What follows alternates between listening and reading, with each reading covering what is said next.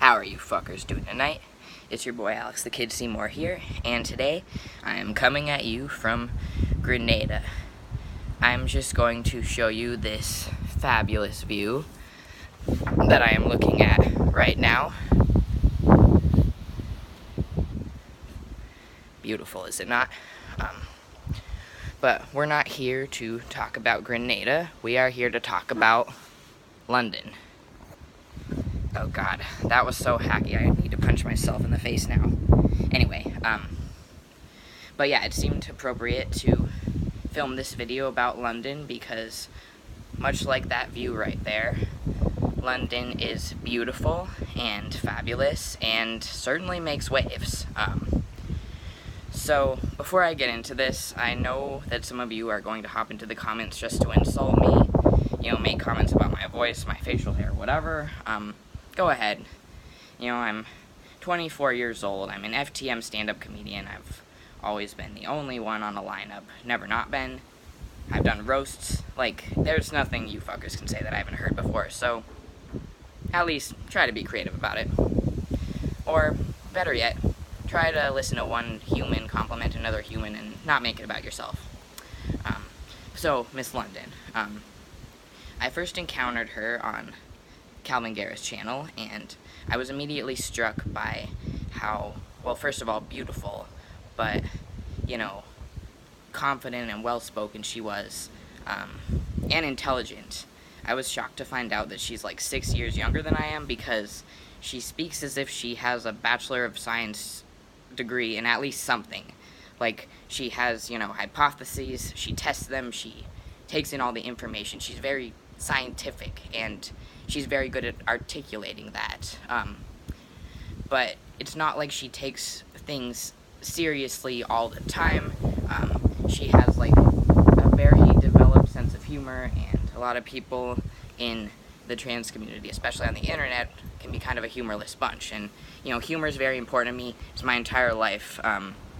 It's everything. I literally even have this tattoo, which Talia, the muse of comedy, on my body, because that's how important humor is to me, and she definitely brings it to the community.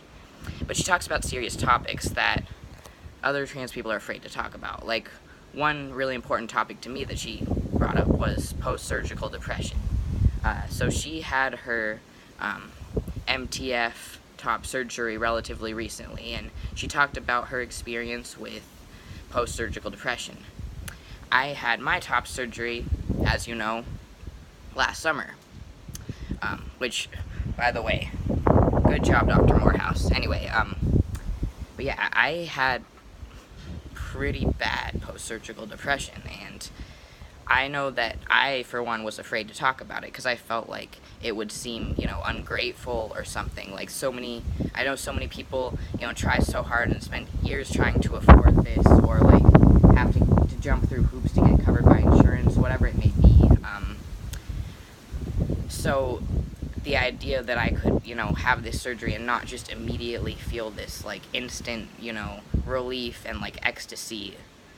Well, see, that's what I was expecting. I was expecting to, go into the surgery, wake up on anesthesia, and immediately just feel spectacular. But that's not how it goes. I felt like dog shit, to be honest. There was this one night where, so I'd been taking Dilaudid for a week, because that's what they put me on. I'm allergic to acetaminophen, so they had to give me the strong stuff, basically, so I wouldn't die.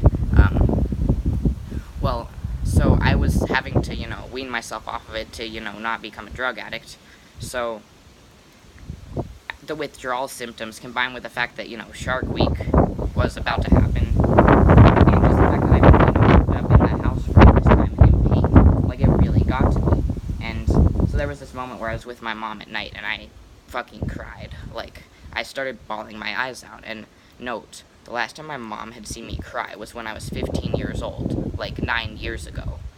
So my mom was, freaking out and assuming the worst. She thought that I was having, some sort of existential crisis, I was gonna, I realized that the top surgery was wrong and I was gonna detransition or something.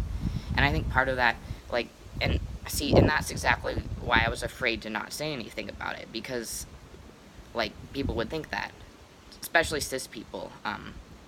And I think that, trans people that are going to go in for, these surgeries need to know that it's not necessarily going to be this immediate fantastic feeling. Like, don't get me wrong, the fantastic feeling came, but it just wasn't immediate. It was later.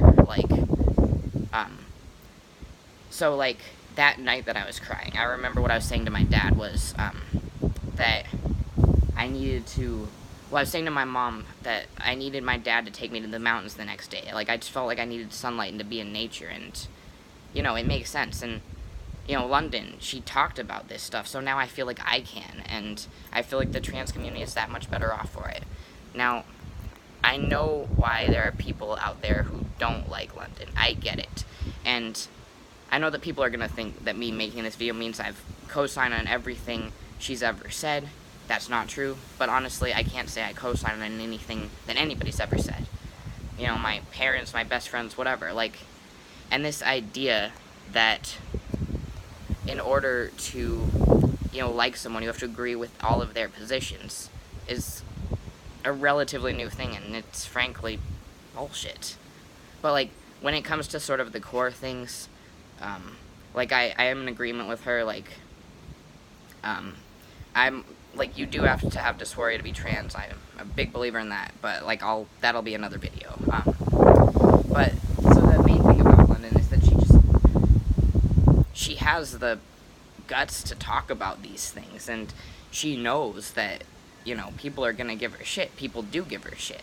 People say horrible shit to her, and the most ironic thing about it is one of the things she gets called is transphobic, which, first of all, calling a trans person transphobic.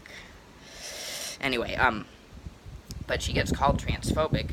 That's one thing she gets called, and yet she also gets fucking transphobic comments herself. So it's you gonna call someone transphobic and then say some transphobic shit to them? It's I made that video about Calvin Guerra, people hopping on there, asking if my, facial hair is made out of pubic hair or whatever, it's alright, if you're gonna call someone transphobic, at least don't fucking be transphobic, If you're gonna say someone's, a bully and a piece of shit, don't be a bully and a piece of shit. And, honestly, London is fucking kind-hearted. Just don't be a shitbag to her. She's not gonna be one to you. Almost all of these videos she has where, she says negative things about people, look at what the fuck they've been saying about her first.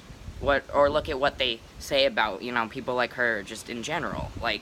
Guess what? You're allowed to be trans and right-leaning. In fact, I think it's very important that those people exist, because a lot of people have this idea that all of us are these sort of, hypersensitive, homogenous sort of group that, all sort of think the same way, and that you have to think certain things in order to, no, no one would say that, all, people of a certain race have to think the same way.